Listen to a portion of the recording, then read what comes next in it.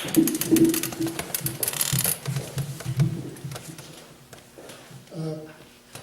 you, Peg, and thank you for having Why There Are Words, and thank everybody for coming. I guess you can hear all right. I'm going to read a short excerpt from this short novel the excerpt was called Stonehenge. The whole novel, the narrator is a young woman, Alice. She's in her 30s. She works as a word processor at a law firm in San Francisco.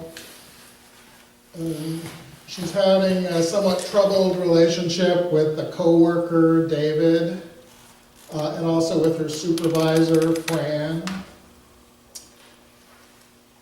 She's having a lot of difficulties at this point in her life. She thinks about killing herself at times. She thinks about killing somebody else. She's bought a gun. And at this place, towards the end, she's home on the weekend in her apartment. She had kind of a scene with David on Friday at work, so she's pretty distressed. And this is what she has to say. How often during the past 48 hours have I almost called him? It would be the third time I've called him at this time of night over the past few months. Of course, I never said a word when he answered. But you can tell a lot by the quality of the silence on the end of the line. I could tell he was alone, with no one in the background asking who dared or felt they had the right to call that late. I think it was unusual that he never sounded annoyed or impatient. He sounded open. You could say that calling David at 3 a.m. brought out the best in him. He didn't sound as if he'd say, "Alice, what the hell are you doing?" if I identified myself. He sounded as if he'd put on his jeans and pick me up and take me to Mel's Drive-In, where no one drives in anymore, but it's open 24 hours, and buy me coffee and not ask any questions. It might be unrealistic to expect him to not ask any questions. I'd have to ask him not to ask, and that would be out of the question. Which is an interesting way to put it, worthy of Heidegger or one of those other Nazis. Whether or not to live as if nothing is out of the question is the question. It must have been less than 10 seconds of silence before he hung up, but it was a couple more than necessary. It was enough to give me a chance to change my mind and say something, or just share a moment of silence as if we were at Point Reyes or the Vietnam Wall. It's the stretching of silence a couple seconds beyond what's necessary. Like during sex, when you stop and are perfectly still for a couple seconds when stillness is the last thing you want. But that is when the other thing comes in. Not love, not pleasure or pain, something more like the light that falls on the winter solstice on the altar stone at Stonehenge. More like the sound of a meteor shower, the silence of that golden swarm that would be deafening if only you could hear it. As if your senses had changed their gender and you could smell what you see miles away, sage on the Marin headlands at the far side of the bridge. You could hear the creak of a distant lighthouse as the beam turns and feel the rough wool of the fisherman's peacoat chafing his neck. Sometimes I hear the voices of everything at once, all the silent things, the flagstones in the park, the dew on the pink thyme overgrowing their jagged edges, the stone Buddha, granite carved into the image of a man who after great struggle attained the stillness of stone.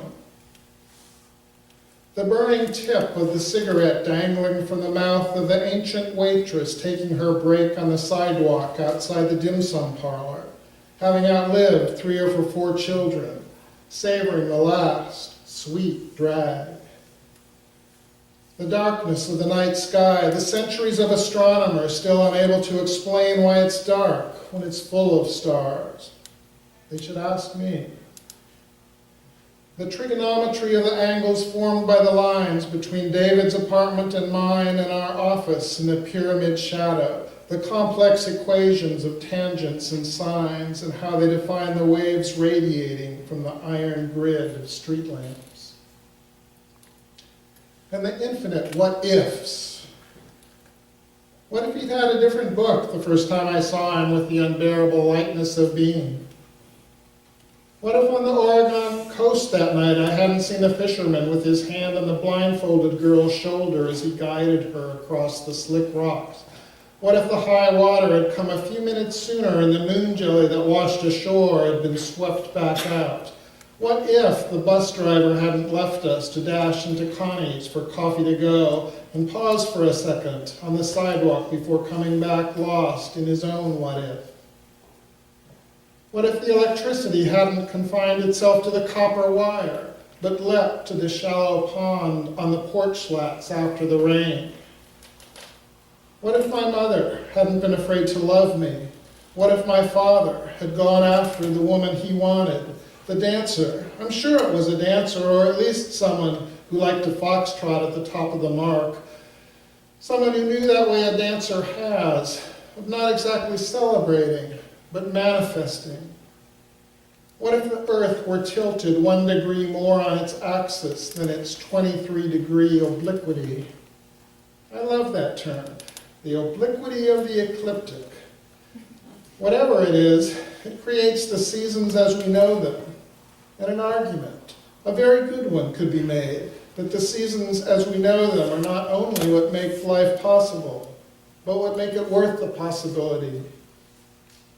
What if there is a God, and he or she or it loves beauty more than justice or bliss, and knows there's more in Juliet's dagger than any happy ending? The sunset after the crucifixion was unforgettable. What if a comet had not exploded 150 million years ago and a 6-mile fragment had not crashed into the Yucatan and raised a cloud of dust so vast that photosynthesis ceased on Earth for long enough that the dinosaurs became extinct or evolved into birds? Would we hear the same echoes now in the song of a nightingale? What if the first man/boy I kissed had not been such a jerk? How could I let him hurt me like that? I didn't even like his music. I didn't like the white he painted his room. It reminded me of Coast Guard uniforms. I wanted to rearrange his furniture and couldn't explain how it was turned the wrong way. He thought I wanted to move in, but it didn't have anything to do with that. I literally couldn't sit on his couch unless he moved it against the north wall so the light and shadows would fall differently, more sharply outlined, but he wouldn't do it. And by the next morning, the whole school knew what a crazy bitch I was. And I didn't even like his accent, the way he pronounced my name as if it were one syllable, Alce. I let him slit me, I let him clean me, and I didn't even like his shoes.